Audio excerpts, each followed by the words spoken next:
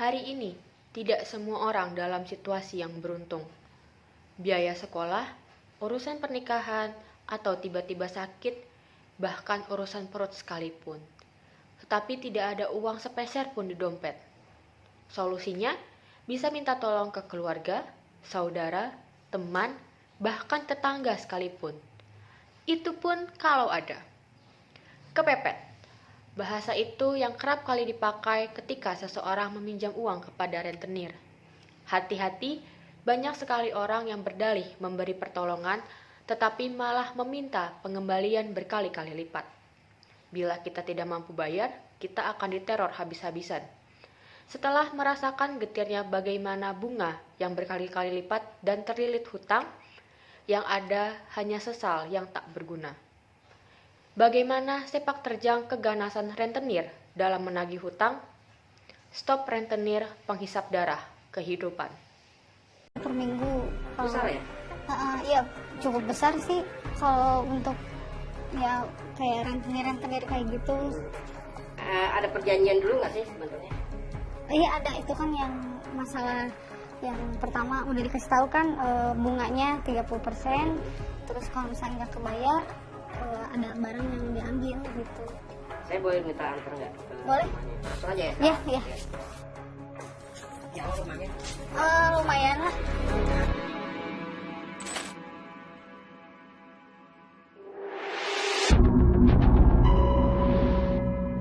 Kebetulan momentumnya pas.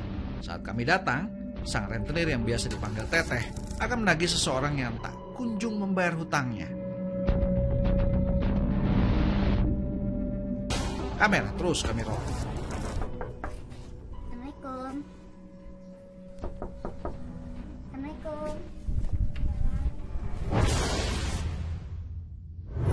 Bu, gimana Bu? Pinjam kan udah 5 juta nih. Tunggakan udah 4 bulan. Bagaimana nih? Hanya itesan aja kumahanya belum ada mah. Ya gimana Teteh? Dan suami teteh kan gimana nggak kerja saya utang boro-boro buat utang Lu mah nggak tahu, saya Emang minjem berapa, Bu? 5 juta. 5 juta? Iya. Oh. Emang nggak boleh kasih tempo lagi, Teh? Ini udah 4 bulan tunggakannya. Ya? Kita kan harus putar uangnya. Gimana sih? Kan ayah ini mah. Ini ada motor, Teh. Nah, ada motor tuh. Sok mana kuncinya? Ya, pokoknya saya mau datang ke sini harus bawa hasil aja. Ya udah, Bu, mana kuncinya, Bu? Ini dimaksa. Nggak ada belas kasihan. Secara paksa, kunci motor pun berpindah tangan.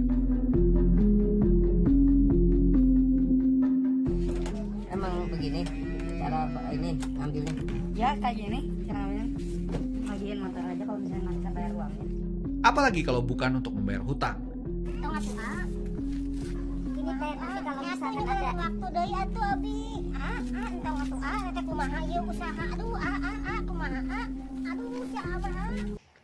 Dalam video tersebut terlihat seorang rentenir sedang menagih hutang kepada salah satu warga yang diketahui belum bisa membayar hutang sampai dengan batas waktu yang telah ditentukan. Tim kami masih terus menelusuri jejak rentenir yang menagih hutang kepada warga. Sampai kami bertemu dengan salah satu ibu yang kondisi rumahnya cukup memprihatinkan. Ibu tersebut bekerja sebagai tukang pijat kampung dan sudah tak sanggup lagi untuk melunasi hutang yang setiap minggunya semakin membengkak karena besarnya bunga pinjaman yang diberikan. Untuk itu, mari kita simak videonya. Sampai di tujuan, kondisi si penghutang mengenaskan.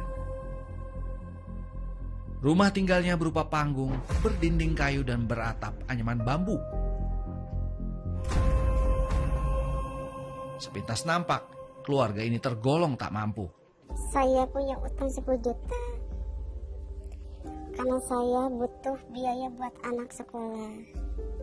Saya pinjam itu dari bulan Agustus. Tahun kemarin. Iya. Nah sekarang Pak, saya nggak bisa kebayar karena saya ya ekonomi saya seperti ini. Saya cuman penghasilan seorang tuh pijit. Kalau ada dipanggil saya dapat uang. Kalau nggak ada yang panggil saya yang nggak dapat.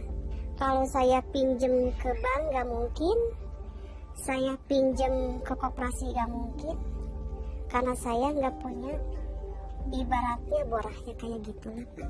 Ya otomatis saya udah kebingungan, udah kesusahan untuk biaya anak-anak, ya ambil aja saya dari rentenir. Hutang besar yang dimilikinya tak sanggup ia bayar. Seperti inilah rumah saya, seperti gubuk gini, suratnya juga nggak ada. Itu kalau laku ya silakan ambil. Kalau saya nggak bisa bayar lagi, ya habis gimana lagi Pak? Saya udah cari uang kemana-kemana, saya udah capek.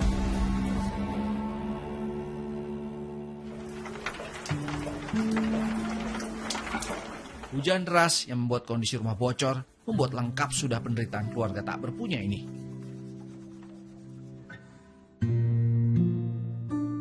Si ibu yang bekerja sebagai tukang pijat kampung sudah tak sanggup lagi melunasi hutang yang setiap minggu makin membengkak karena besarnya bunga pinjaman. Sempat pada datang ke sini, sempat nemuin saya. Ya saya ngumpet aja lah Pak, karena saya nggak punya buat bayar. Saya udah kemana-mana ngecari uang, susah. Ya udah aja saya, terserah aja apa aja yang dia mau ambil silakan aja, daripada saya kepepet. Nyatanya, tidak hanya orang tua yang dapat terlibat hutang dengan rentenir.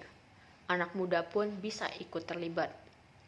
Sebagian orang yang meminjamkan uang dan khawatir dikenal oleh orang lain, dalam operasinya biasa menggunakan metode via transfer.